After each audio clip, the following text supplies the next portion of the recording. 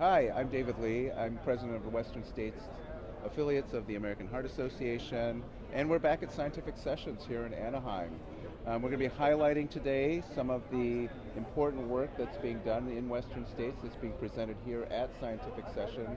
And today my guest is Carter English, who's going to tell us a little bit about some of his research that he's been doing and why it's important. So Yep. Carter, thank you.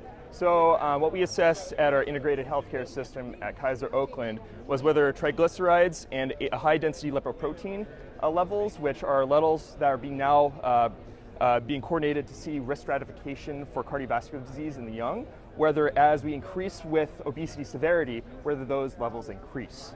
And what we found was actually they do increase. So for moderate obesity compared to severe obesity, the ratios, which as the ratio increases, so does the severity of cardiovascular risk, that it increases with the severe obesity population. Thus, if we reduce the severe obese patients to moderate obesity, we might confer risk reduction in future cardiovascular disease. Great. Yeah. And how old are the kids that you're studying too? Yeah. Because we're worried about obviously obesity and cardiovascular risk, not just in adults, but in children as well. So tell us a little bit more So about it's a great your question. population. So our population was, at least for this study, was for ages greater than 10 years of age all the way to 17.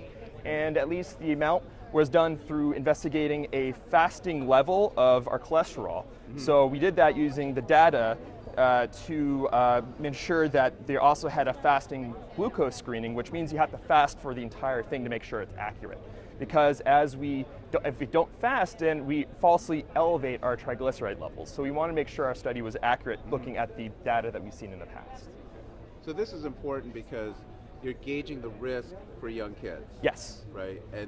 And the plan then with this data would be to help these children become less obese, or help them work on their diet, or what would be the implication? So it would. This? So at least conferring from what we're seeing with the severe obesity group is trying to get the severe obesity group to a moderate obesity much more aggressively than our moderate obesity to a lower obesity. Though we want to reduce obesity in general, yes. But at least seeing the severe obesity group, it's significant reduction that we possibly can reduce their future cardiovascular risk. So getting them in more intense programs. At least having new measures to call in patients potentially in the future to get them into more aggressive training and education for both their family and themselves. Yeah, it's important, I think, to, because these are kids, to talk to their parents or their Exactly. caregivers, right? Yeah, and of course, great age of 10 years or older, so they have some understanding of what's going on now. But of course, there needs to be an extra booster with the family and additional support.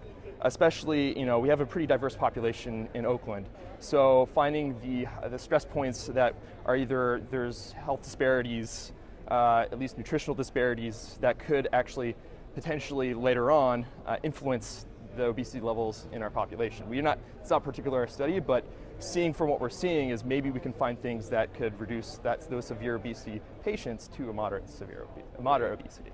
Great. Thank you so much, Yeah, Carter. Carter. Thank you. Nick.